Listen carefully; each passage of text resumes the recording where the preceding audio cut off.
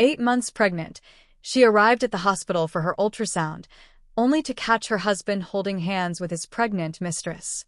And what the doctor revealed next would shatter his world. The steady beep of the ultrasound machine was the soundtrack to Emily's happiness. At 8 months, every hospital visit reminded her that the life she carried was nearly ready to meet the world. The doctor smiled, pointing at the flickering image on the screen. "Your boy's strong, Emily. Lungs perfect, heart beating like a drum." Emily returned his smile, a warm glow lighting her tired yet radiant face. Her hand rested instinctively on her belly, a gesture of protection and boundless love. In that moment, nothing else existed, just her and her son, a perfect pair. Exiting the exam room, clutching the ultrasound prints like a trophy, she sent Jack a text. "Our champ's doing great. Can't wait to show you. Love you." No reply came, but she shrugged it off. He was probably buried in work again, sealing another big deal that had consumed him lately. Walking through the sterile white halls of Seattle Grace Hospital, Emily felt a piece of peace she hadn't felt in weeks. Anxiety, sleepless nights, all melted away before the certainty of her healthy baby. Then, turning into the main corridor toward the exit, her world stopped and broke. There he was, Jack. Not at a meeting, not with a client. He was here in the hospital, but his attention wasn't on her. He held another woman's hand, a tall, slim blonde whose face was etched with pain and worry. And the detail that stole the air from Emily's lungs, her belly, swollen and round, almost as large as Emily's own. Air vanished. Legs buckled. The ultrasound prints slipped to the floor with a dry snap, and she couldn't bend to retrieve them. If anyone doubted a woman's strength, this was proof. Sometimes her courage alone is all the world needs to witness. The scene felt unreal. Jack, the man she had built a life with, the father of her child, was comforting another pregnant woman. For a moment, Emily searched for a logical explanation, a sister, a cousin, a co-worker in distress. But the way he looked at her, the intimacy in his touch, the whispered comfort, this was the look he reserved for her. The hand that should have held hers. Emily's blood froze, then boiled. A wave of nausea and fury rose in her throat. She took a step forward, then another, her heels echoing in the silence that had formed in her head. "Jack," she called, her voice a trembling thread she barely recognized. He turned, panic flooding his face, the final confirmation. Eyes wide, color draining from his cheeks, he looked trapped, glancing between her and the other woman, unsure where to flee. The mistress, however, showed no surprise. Instead, a glint of triumph sparkled in her eyes. She clung tighter to Jack's arm, staking her claim. "Who's this?" the blonde demanded, her voice loud and sharp, drawing stares from nurses and passing patients. Humiliation spread across Emily, a hot red stain creeping up her neck. She was the wife. She carried the legitimate heir. Yet here she was, treated like an intruder. "Emily, I can explain," Jack stammered, letting go of the woman's arm as if it burned, but it was too late. The mistress stepped forward, positioning herself between Emily and Jack, a living barrier of defiance. "Explain what, honey?" she said, sweet and sickly, glancing at Jack before turning to Emily with a sneer. "That I'm pregnant with his kid too? That our baby needs care now? I'm having contractions, sweetie. So, if you don't mind, step aside." The word sweetie dripped with contempt, slicing the air. Every curious gaze in the corridor felt like a knife against Emily's skin. She looked at Jack, eyes pleading for him to deny it, defend her, but he remained frozen, paralyzed by guilt and cowardice. His silence was the loudest, cruelest answer. The mistress, sensing victory, pressed harder. "Attention! I need priority care," she shouted at the receptionist, who gaped in shock. "The father of my baby is here, and his wife's causing a scene. This can't wait." All eyes in the corridor turned. Nurses whispered, others looked away. Emily was just the wife now, no one moved to help her. A sharp pang twisted through her belly, a spasm not of physical pain but of heartbreak, so deep it felt like it might tear her apart. The world tilted, voices fading into a distant hum. Emily watched in slow motion as Jack hesitated for a heartbeat, his eyes torn between duty and panic before finally deciding.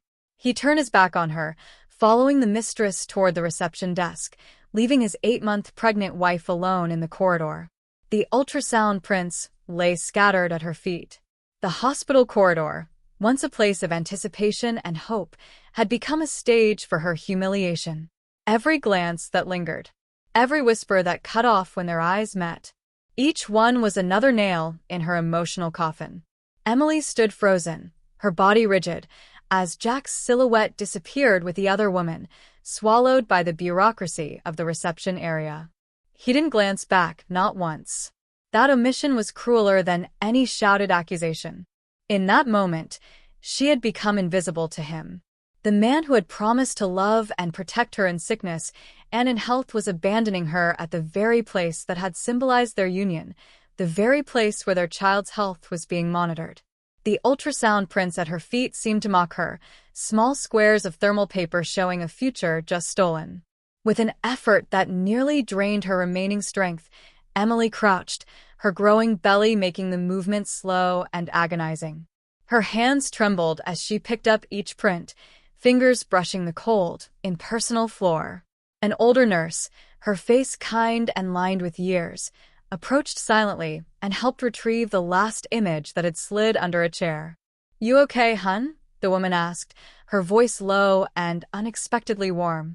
Emily shook her head, unable to form words, tears she had held back for so long finally breaking free, streaming hot and silent down her cheeks. The nurse guided her to an empty chair away from the corridor's busiest stretch and handed her a cup of water. "Breathe deep. Think of the baby," she advised. The mention of the baby became an anchor amid the storm. Yes, the baby. He was real. He needed her. That simple, undeniable truth kept her from collapsing entirely. As she tried to steady her breathing, Emily replayed the past months in her mind, searching for signs she had ignored. Jack's last-minute business trips. The nights he came home late, smelling of bourbon from bars they didn't frequent. The subtle distance that had grown between them, a chasm she had attributed to his work stress and her pregnancy anxiety. She remembered one night, about 2 months ago, waking at 3 a.m. to an empty bed. She found him in the living room, sitting in darkness, only the glow of his phone illuminating his tense face. When she asked what was wrong, he muttered work worries and sent her back to bed, insisting she needed rest. She obeyed, trusting him, believing the carefully constructed facade. How foolish she had been. Every lie, every excuse now fit into a grotesque puzzle. The mistress, Lauren, as she later overheard, was no recent mistake. That belly, nearly as large as hers, was proof of a long, deliberate betrayal. He hadn't just cheated. He had built another life, a mirror existence with another woman. Nausea surged again. This wasn't just heartbreak. It was the suffocating realization of living a lie, of sharing her deepest dreams with a stranger. The image of him holding Lauren's hand, whispering into her ear, burned into her mind, a closeness he hadn't shown her in months. Anger began to replace the pain, a cold, sharp clarity giving her new focus. She rose, nodded thanks to the nurse, and walked back toward the reception area. Not to confront, not to shout, but to observe. She needed to see how far Jack's cowardice would extend. Hidden behind a pillar, Emily watched. Lauren sat in a wheelchair, performing dramatic fragility. Jack stood beside her, running a hand through her hair, his face a mask of forced concern. He filled out forms, spoke to nurses with urgency he rarely showed for Emily's needs. He was the devoted husband, the worried father, but for the wrong woman. Humiliation burned, but now it had transformed into fuel. Emily memorized every gesture, every word exchanged, every subtle interaction. Lauren was the aggressor, the drama queen. Jack, passive, fearful, choosing the path of least resistance. For a moment, his eyes flicked to hers over Lauren's shoulder. A silent plea lingered there, a desperate bid for understanding so absurd it almost made her laugh. Understanding? He wanted understanding. While his pregnant wife watched the theater of his double life, she held his gaze, letting him see not pain, but the ice hardening in her eyes. She didn't look away until he, uncomfortable and guilty, did first. In that instant, the power shifted. She was no longer the paralyzed victim. She was the witness.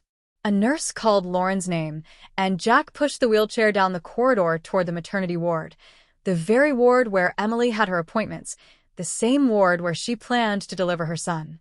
The cruelty of the irony teetered on absurd. Left alone again, Emily felt a sharp, real pang low in her abdomen. This time it wasn't emotional, it was physical. A strong cramp made her gasp, pressing her hand against the wall for support. Another followed, more intense. The stress, the shock, the adrenaline-fueled rage, all taking their toll. She looked at her hands, shaking uncontrollably. Panic surged again, but it wasn't about betrayal this time. It was about her son. She was going into labor, alone, in the hospital where her husband had abandoned her for another woman. The contractions struck hard. She bit her lip until she tasted blood. No hand to hold, no comforting breath beside her, just her and the pain. The man who should have been there was perhaps mere yards away, comforting the woman who had destroyed their lives. Pain struck again, stronger, stealing her breath. She dragged herself to the reception desk, the same one where Lauren had staged her performance minutes before. I think I'm in labor, she managed, voice weak. The receptionist, the same one who had witnessed her humiliation, looked at her with a blend of pity and professionalism. Within minutes, Emily was in a wheelchair, wheeled in the opposite direction from where Jack had gone. A new fear gripped her, the fear of giving birth alone, of bringing her son into an already broken world. As she was wheeled away, she grabbed her phone. Fingers hovered over Jack's name. For a second, instinct, years of partnership, nearly made her call. But the image of him turning his back came rushing back. She deleted his name and dialed another, someone she hadn't called in months. Mike, she gasped when a calm, male voice answered. It's me, Emily. I need you. The voice on the other end was an island of calm in her ocean of chaos. Emily, what happened? You okay? Mike, her old coworker, the only one who treated her with genuine respect beyond professional courtesy. He'd left the company nearly a year ago, but their friendship endured, quiet but steadfast. He was Jack's opposite, thoughtful, observant, a man whose strength came from integrity, not arrogance. I'm at the hospital. The baby, he's coming. She gasped between contractions, each word cut short by pain. Which hospital? I'm on my way. She gave the address. The call ended. The simple certainty that someone was coming for her, someone not Jack, was balm to her wounded soul. It wasn't about romance or replacement. It was about humanity, about not being utterly alone in her most vulnerable moment. Nurses settled her into a labor room, a space meant for shared joy and anticipation. Instead, the white walls echoed her solitude. Every procedure, every question about her medical history felt like a stab. Where's the dad? A young, well-meaning nurse asked, adjusting the fetal monitor. Emily swallowed hard, the knot in her throat nearly choking her. He couldn't make it, she lied. The excuse sounded hollow, even to her. Shame was constant, perched in the room's corner, watching. She wondered where Jack was at that moment. Was he in the next room, holding Lauren's hand, whispering the encouragement he had once promised her? The thought was almost worse than the physical pain of her contractions, which were growing more frequent and intense. The sound of her son's heartbeat, steady and strong through the monitor, was the only comfort, a reminder of what she was fighting for. Time dragged. Every minute stretched into an eternity of pain and isolation. She closed her eyes and saw Jack's face, not the loving man from her memories, but the pale, cowardly figure from the corridor. She saw Lauren's triumphant smirk, the humiliation, betrayal, and heartache. It all swirled together, a toxic cocktail threatening to consume her. She tried to focus on the breathing techniques from their childbirth classes, the ones she'd attended with Jack, where they had laughed, planned, and imagined the future. The memory was too sharp, too painful. Those moments no longer belonged to her. They belonged to a life revealed as a lie. Somewhere between one wave of pain and the next, the door opened. It wasn't Jack. It was Mike. He entered cautiously, his face a mixture of deep concern and respect for her space. He carried no flowers, no balloons, just a bottle of water with ice and the calm, solid presence Emily so desperately needed. "I got here as fast as I could," he said softly. "How are you holding up?"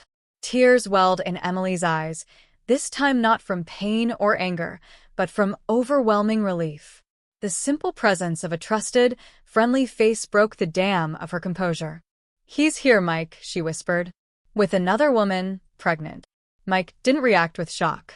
He just nodded slowly, his dark eyes full of an understanding that said he never trusted Jack. Without a word, he pulled a chair close to her bed and sat. He asked no questions, offered no hollow advice or pity. He simply stayed present. That quiet presence was exactly what Emily needed, not a substitute for her husband, but a guardian of her dignity. When the next contraction hit, a violent spasm arching her back, she instinctively reached out. Mike took her hand without hesitation, his large, steady grip enveloping hers. He let her squeeze with all her strength, absorbing her pain silently. In that handhold was more support and loyalty than she had received from Jack in months. Meanwhile, not far away, Jack was living his own private hell. Lauren wasn't in labor, it was Braxton Hicks, the doctor explained to her tired complaints. But Lauren refused to accept it. She demanded attention, playing on Jack's guilt, keeping him tethered to her side through manipulation and drama. "You're not leaving me alone, are you, love?" she said, eyes glistening with crocodile tears. "Not after what your wife did." "She stressed me out, this could hurt our baby," Jack muttered, suffocating under his own guilt. The image of Emily in the corridor, the shock and pain on her face, the scattered ultrasound prints, haunted him. He tried to leave, saying he needed to find Emily, but Lauren gripped his arm with surprising strength. "If you walk out that door, I'll tell everyone in this hospital what you did. I'll go to your firm. I'll ruin you," she hissed, venom dripping from every word. The mask of victimhood fell, revealing the predator beneath. Jack, weak and trapped by his own choices, gave in. He stayed, choosing the louder threat, the immediate problem, abandoning Emily's true, silent crisis. He sat by Lauren's bed, responding with monosyllables to her complaints, phone in hand. Missed calls from his mother and father-in-law flashed on the screen, reminders that the outside world was noticing, but fear held him paralyzed. He had created a monster, and now that monster controlled him completely. Lauren's temporary victory felt absolute. She had the man, the attention, the control. Back in Emily's room, labor progressed relentlessly. Mike remained at her side, a silent pillar. He dampened her lips with a cloth, whispered encouragement, and, most importantly, bore witness to her strength. He watched the woman he had always admired fight with courage that left him in awe. There were no more tears on Emily's face. Pain had purified her, burning away everything but determination. She was no longer giving birth to Jack's son. She was giving birth to her son. With each contraction, she detached a little more from the man who betrayed her and clung ever tighter to the mother she was becoming. When the doctor announced it was time to push, a new energy surged through her. "It's the final stretch," the doctor said. Mike gripped her hand tighter, eyes locked on hers. "You've got this, Emily. You're the strongest woman I know," he said, and she believed him. With a cry that was part pain, part rage, part liberation, she brought her son into the world. His sharp cry filled the room, and everything else faded. The doctor placed the warm, slippery little body on her chest. As Emily looked at her son's face, the world outside vanished. No betrayal, no hospital, no loneliness, just her and him. A new beginning. A lifetime of unconditional love held in her arms. Lauren's triumph in her empty, babyless room suddenly seemed what it truly was, hollow and meaningless. The first hours with her son, whom she named Noah, passed in a blur of pure emotion and exhaustion. The world shrank to the small hospital room, the scent of a newborn, the warmth of his tiny body against hers. Mike left discreetly soon after, promising to return the next day, giving her the space to bond with her son. Jack's absence was undeniable, a wound that still throbbed but was softened by the protective layer of maternal love. Emily didn't cry anymore. The energy she had once poured into pain and humiliation was now entirely devoted to Noah. She nursed him, changed his first diaper, and simply watched him sleep, marveling at the perfection of his tiny fingers and the way his mouth moved in silent dreams. He was living proof that something good and true had emerged from the ruins of her marriage. The next morning, sunlight poured through the window, promising not just a new day on the calendar, but a new chapter in her life. That's when the door opened and a hesitant figure appeared. It was Jack. He looked as if he had aged 10 years overnight. Dark circles shadowed his eyes, his clothes wrinkled, his usually immaculate hair disheveled. He held a bouquet of roses that felt pathetically inadequate against the gravity of what had transpired. His gaze shifted from the bassinet beside Emily's bed to her face, a mix of relief, guilt, and desperate fear in his eyes. "Emily, I heard the baby was born."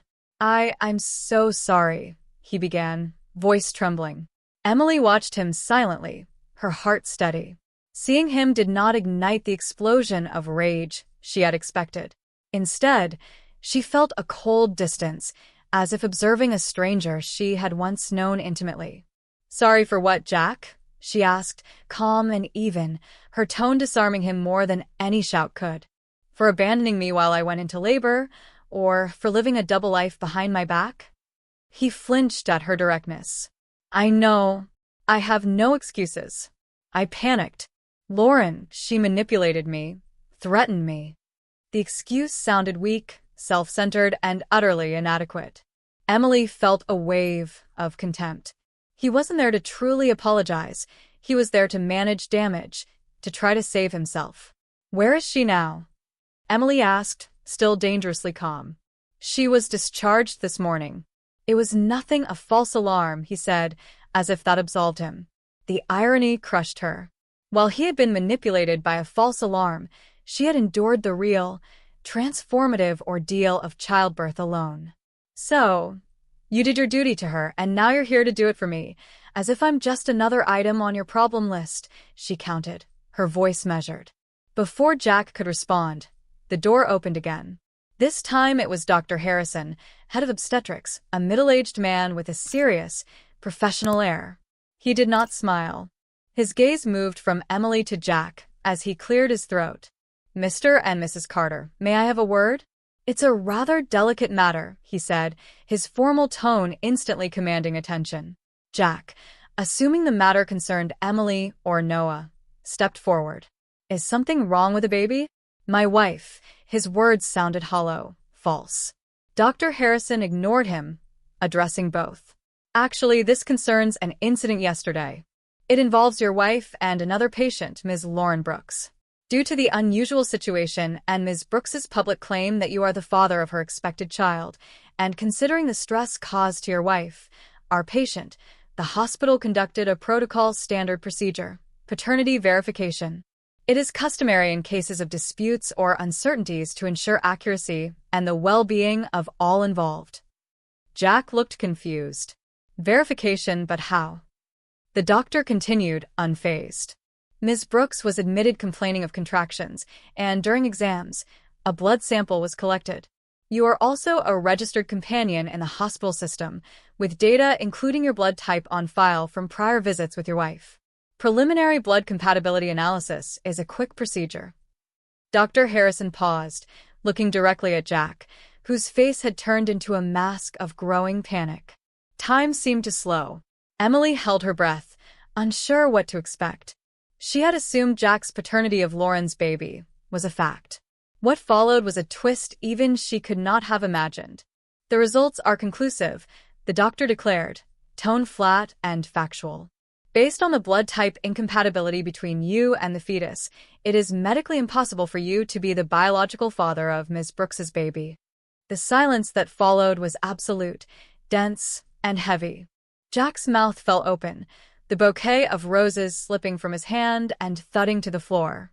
Impossible, no, it can't be, she swore he stammered, staring at the doctor as if another language had been spoken. The truth struck him like a freight train. He hadn't just been a traitor. He had been a fool. A complete and utter idiot. Lauren hadn't just lied about her love or loyalty. She had lied about the very foundation of their affair. The child, the ultimate weapon she had wielded to manipulate and trap him, was never his. Emily felt a laugh bubble in her chest, part shock, part relief, part dark, undeniable satisfaction. The poetic justice was so perfect, so devastating, it bordered on comical. Jack had destroyed his family for a lie. He had humiliated her publicly for a child that wasn't his. He had abandoned her during the birth of his real son to comfort a woman using him in the most fundamental way. Lauren's false victory didn't just crumble. It exploded, obliterating the entire structure of Jack's betrayal. He wasn't a tragic villain torn between two loves. He was a pawn in a game he hadn't even realized he was playing. And in the midst of it all, the truth, cold, clinical, undeniable, had been delivered not by a private investigator or a tearful confession, but by a simple hospital DNA test. Karma hadn't just knocked, it had kicked down the door with the force of scientific certainty. Dr. Harrison's revelation hung in the air like smoke, thick and suffocating. Jack remained frozen, his face a canvas of disbelief slowly curdling into horror. The logic of his betrayal, however twisted, collapsed. He wasn't a man torn between two families. He was the architect of his own ruin, duped by the very person for whom he had betrayed everything. The sound he made was a low groan, the noise of a man watching the ground vanish beneath him. He looked at Emily, desperate for what? Absolution? Sympathy? He found none. What he saw on her face was far more terrifying calm. A glacial, unwavering calm that offered no safe harbor. Emily, for her part, felt razor-sharp clarity. The pain of betrayal still lingered, a deep ember in her chest, but the humiliation had been swept away by this wave of ironic truth. The woman who had confronted her with arrogance, who had wielded her pregnancy like a weapon, was a fraud. And Jack, the man she had once loved, was the fool who had fallen for the trap. I need to talk to her, Jack stammered, turning instinctively toward the door, as if confronting the lie could somehow undo it.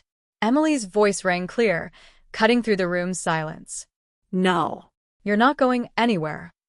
He stopped, turning to face her. The authority in her tone was new, forged in the fire of pain and solitude over the past 24 hours. You're staying here. You owe me that. Dr. Harrison, sensing his role was done, and that the brewing storm was strictly personal, nodded professionally. Congratulations again on the baby, Mrs. Carter. If you need anything, call the nurse. With that, he left, closing the door softly behind him, leaving them alone with the wreckage of their marriage, the roses on the floor, dead and trampled. Jack sank into a chair, the same one Mike had occupied, burying his face in his hands. His shoulders shook. Emily, I swear I didn't know. She told me, she made me believe, he murmured, the broken sound of self-pity. Emily watched him without a shred of pity. Does it matter, Jack? Does it matter if you were a traitor or a stupid traitor? The result is the same for me. You broke me. You humiliated me in front of strangers. You left me to give birth to our son alone. Each word landed like a stone thrown with precision. She wasn't shouting. Her cold, measured delivery was far more devastating. I was here, in pain, scared, and the only thing I could think was that the man who promised to protect me was in another room, holding the hand of the woman who stabbed me in the back, and all for a lie. You traded your real son for a fake one. The weight of that final sentence crushed him. He lifted his head, face wet with tears. Please, Emily, please. I made the biggest mistake of my life. I love you. I love our son. We can fix this. I'll do anything. That's when the door opened again. This time it was Mike. He carried 2 paper bags, one with real food, not hospital fare, and another with baby essentials he thought Emily might need. He paused at the doorway, taking in the scene. Emily in bed, strong and regal even in her pain. Jack, a broken man, crying in the chair, the trampled roses on the floor. "Sorry, am I interrupting?" he asked, his tone polite, but his eyes fixed on Emily, silently asking if she wanted him to leave. Emily looked at Mike, then back at Jack, and made her choice. "No, Mike, you're not interrupting. Actually, you're right on time. Please, come in." Mike entered, setting the bags on the table. He gave Jack a brief, cold nod, a minimal acknowledgement of his existence. Calm, helpful, loyal, his presence was a mirror reflecting everything Jack was not and never had been. Jack looked from Mike to Emily, realization dawning amid panic. "What's he doing here?" he asked, a trace of his old arrogance surfacing. "He's here because I called him," Emily said simply. "He was here last night. He held my hand while I gave birth to our son, Jack. He brought me water. He told me I was strong. He did the job that was supposed to be yours." The confession struck Jack like a punch. The image of another man by his wife's side in such an intimate moment was torture layered atop humiliation. You slept with him?" he asked desperately, trying to shift blame, to sully her purity. Emily laughed, a short, joyless sound. "God, Jack, you really don't get it, do you? Your mind is so warped you can't recognize a pure act of kindness. Friendship. No, I didn't sleep with him. He respected me, a word you seem to have forgotten the meaning of." She turned back to Jack, and the final act of her emotional vengeance began. Her expression softened slightly, letting a trace of vulnerability show. She reached out toward him. "Jack, look at me." Confused but clinging to hope, he stood and approached, taking her hand like a drowning man grasping debris. "I know you messed up," she whispered, soft and almost gentle. "I know you were tricked. And part of me still loves the man I married." Jack's tears doubled, this time with relief. "Emily, I love you so much. We'll get through this. I promise." He leaned in to kiss her, his face full of pathetic hope. But at the last second, she pulled her hand back. His lips met empty air. His face collapsed, as if someone had switched off the light inside him. "That man," she said, her voice ice-cold again, "died yesterday in that corridor. What's left is just a coward. And I don't raise my son in a coward's shadow." The shift was swift and brutal. Jack recoiled as if physically struck. The hope on his face crumbled, replaced by disbelief. Final, without appeal. "What?" he whispered. "It's over, Jack," she said, each word a final nail in the coffin. "I want a divorce. I want full custody of Noah, and I want you out of this room now." She looked at Mike. "Mike, can you help me pack my things? I think the doctor will discharge me soon. And I'm not going back to that house." The request wasn't just logistical. It was a declaration. She was choosing her future, and Jack was not part of it.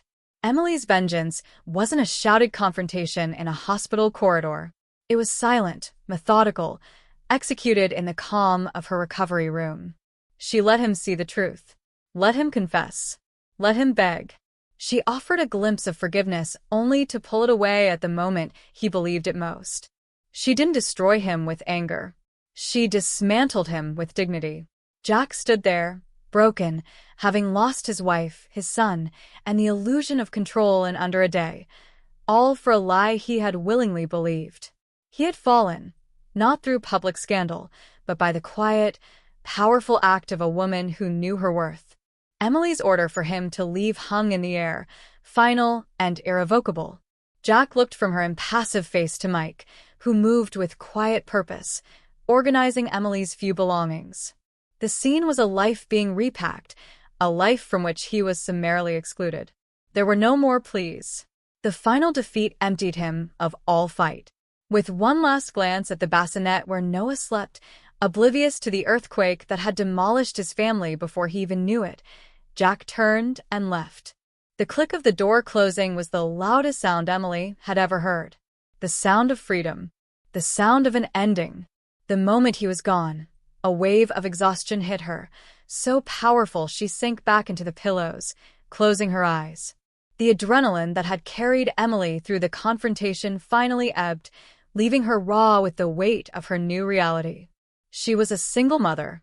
Her marriage was over. The path she had once walked with certainty was now uncharted and uncertain. Mike paused in his preparations and looked at her. "You sure?" he asked quietly, not challenging her choice, but offering a moment to pause before the next step. Emily met his gaze, the steel in her eyes unmistakable. "I've never been sure of anything in my life," she said, and the conviction in her voice startled her own ears. The woman who had walked into the hospital 24 hours earlier, naive, trusting, and unaware, was gone. In her place stood someone stronger, harder, and truer to herself. While Emily focused on reclaiming her life, Lauren's carefully constructed world began to crumble. Discharged with a flimsy excuse, she frantically tried to reach Jack, her calls going straight to voicemail. Panic replaced the smug satisfaction she had felt moments before. The pregnancy, the manipulation, the perfect trap for a wealthy, guilty man, it had all been undone. The real father, a fleeting fling, had vanished, leaving her isolated. Jack, once the prize, was no longer hers to control. Lauren's downfall escalated quickly.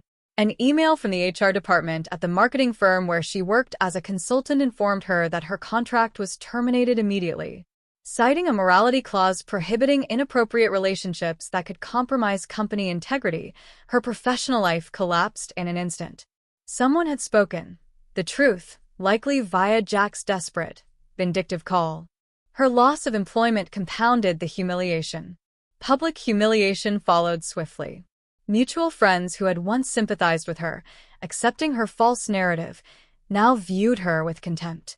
The story of the affair, the fake pregnancy, the confrontation at the hospital, it spread, not in her favor, but as a testament to her deceit. She was no longer a tragic victim. She was the exposed con artist. Emily, however, did not dwell on Lauren's fall.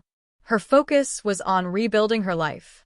Leaving the hospital, Mike drove her not to the home that had been poisoned by lies, but to a neutral, safe haven, a hotel he had booked, complete with a proper crib and all the essentials for her and Noah. He carried bags, set up the room, and moved quietly, expecting nothing in return, embodying the difference between care and convenience. In the weeks that followed, Emily's life became a series of intentional, powerful acts. She hired a top divorce attorney. Jack's frantic emails and texts, full of pleas and promises, were forwarded to her lawyer without a word. She refused to be dragged back into his drama, building walls as strong as steel around her newfound freedom. Her triumph came in the quiet moments, soothing Noah's cries alone in the middle of the night, taking him for walks in Discovery Park while the sun warmed her face, realizing her happiness didn't depend on anyone else.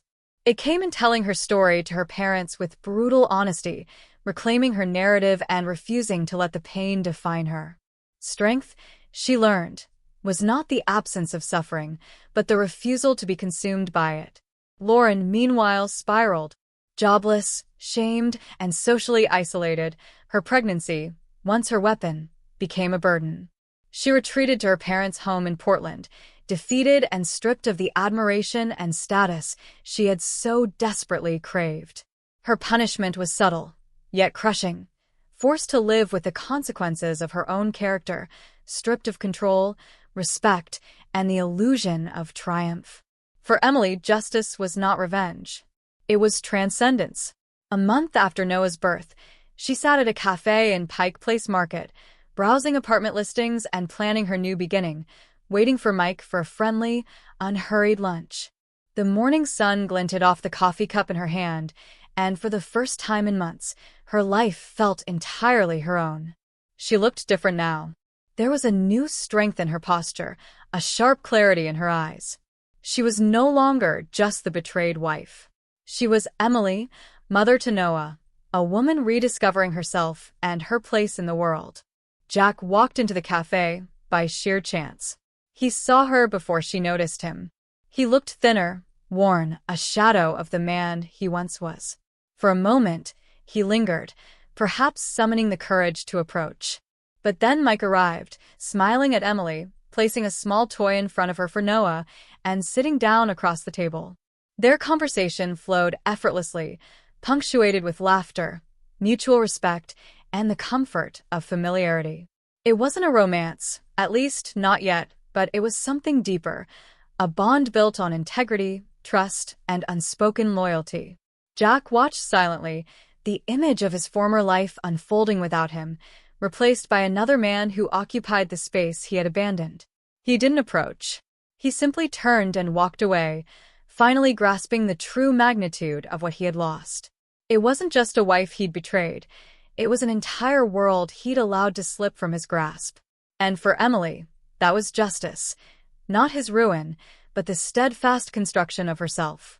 Time, as it does, softened the edges of pain, not erasing it, but making it bearable. 6 months passed. Emily's life did not magically transform into a fairy tale overnight. The rebuilding was slow, deliberate, like piecing together a mosaic from the fragments of a shattered vase. There were days of crushing loneliness and nights when Noah's cries echoed her own quiet sorrow. But this sadness was no longer a pit she could fall into endlessly. It was a single hue in the vast spectrum of her life, and in contrast, it made moments of joy shine even brighter. She found a charming apartment in a tree-lined Seattle neighborhood, a space just for her and Noah. Every corner carried no echoes of a past life, only promises of the future she was choosing to create. Mike remained a steady presence, their friendship growing naturally into affection. Neither rushed or labeled what they had. He was not a savior, but a partner, celebrating victories, large and small, and offering a quiet shoulder during the difficult days. He loved not the woman he had rescued, but the woman who had rescued herself. Jack lingered only at the edges of her life, a ghost defined by alimony and lawyer-mediated exchanges. Initially, he attempted to fight for shared custody, but his absence at Noah's birth, combined with the circumstances of his affair, became formidable leverage for Emily's attorney. He was reduced to supervised visits, brief, bittersweet encounters with a son who regarded him with the indifferent curiosity of a child meeting a stranger. Jack's real punishment was not legal or financial. It was emptiness. He retained the luxury condo, the expensive car, the intact career, yet returned to a silent home, haunted by the ghost of the family he had dismantled over a lie. The final twist, the true epilogue, came from neither Emily, Jack, nor Lauren. It arrived anonymously, an envelope with no return address left at the reception of Emily's new freelance consulting office. Inside were no letters, just a USB drive. Warily intrigued, she plugged it into her laptop. The file was audio. Lauren's voice, but not speaking to Jack, speaking to another woman, laughing. The idiot fell for it. Hook, line, and sinker, Lauren said, her tone dripping with amused venom. I just had to cry a little, say the baby was his, and he was ready to ditch the perfect little wife. Men are so predictable. The other woman laughed. And the wife? You didn't feel bad. Bad, Lauren replied, and Emily felt her blood run cold. She wasn't collateral damage. She was the target. Jack was just the tool. The revenge was against her. The recording continued, revealing a truth darker and more intricate than Emily had imagined. The other woman was the older sister of Emily's college ex-boyfriend, the very man Emily had left for his abuse and control. Apparently, his bitterness had festered over the years. His sister and Lauren were childhood friends. The plot wasn't just about money. It was a meticulously orchestrated long-term revenge, executed by proxy. They had identified Emily's happiness, her perfect life, and devised the cruelest way to destroy it, weaponizing her own husband's loyalty against her. Jack wasn't the mastermind. He was the chessboard. The betrayal had not been his weakness. It had been an act of war aimed squarely at her. Emily paused the recording, her hands trembling. The revelation did not ignite anger. It brought a strange, almost terrible peace. This wasn't a story about a man's weakness or a woman's greed. It was about envy, a slow, corrosive poison that works from afar. And, in the end, their plan had failed. Yes, they had shattered her marriage, but they had not broken her. If anything, they had set her free. They had forced her to discover a strength she never knew existed, to step into a life more authentic, a love founded on respect rather than possession. Emily deleted the file. She didn't forward it, didn't wield it as a weapon. Their scheme wasn't worth another second of her energy. Their own malice and incompetence had already delivered their punishment. Her greatest triumph wasn't in exposing them, it was realizing that they were utterly irrelevant to the life she was building. That evening, with Noah sleeping soundly in his crib and the city lights glittering beyond the window, Mike arrived for dinner. He found her quiet, lost in thought as she gazed out at the skyline. "Everything okay?" he asked. Emily turned, a genuine, unshadowed smile lighting her face. "Everything's perfect," she said. She took his hand, weaving their fingers together. The future remained uncertain, but for the first time, uncertainty wasn't frightening. It was a promise. A promise that the best chapters of her story were yet to be written. She had walked into that hospital for a routine checkup and left with a full diagnosis of her life. And the cure, she realized, wasn't in forgetting the betrayal. It was in understanding that some betrayals aren't about you. They're about the demons of those who betray. Your only task is to step aside and let them burn in their own flames. Truth always finds its way, but sometimes it doesn't come to punish. Sometimes it comes to liberate. So, what did you think? On a scale of 0 to 10, how would you rate it? Leave your comments with the city you're watching from, and don't forget to subscribe to follow our next stories. Thank you so much for joining us, and see you next time. And that wraps up today's story. Now we want to hear from you. Where are you watching from? Drop your city or country in the comments, and let's see how far these stories reach. If this story moved you or gave you chills, give it a like, share, and subscribe for more powerful stories. One last thing, rate the story from 1 to 10 in the comments. Your feedback helps us bring you even better ones next time. Thanks for watching. We appreciate you being part of this storytelling journey.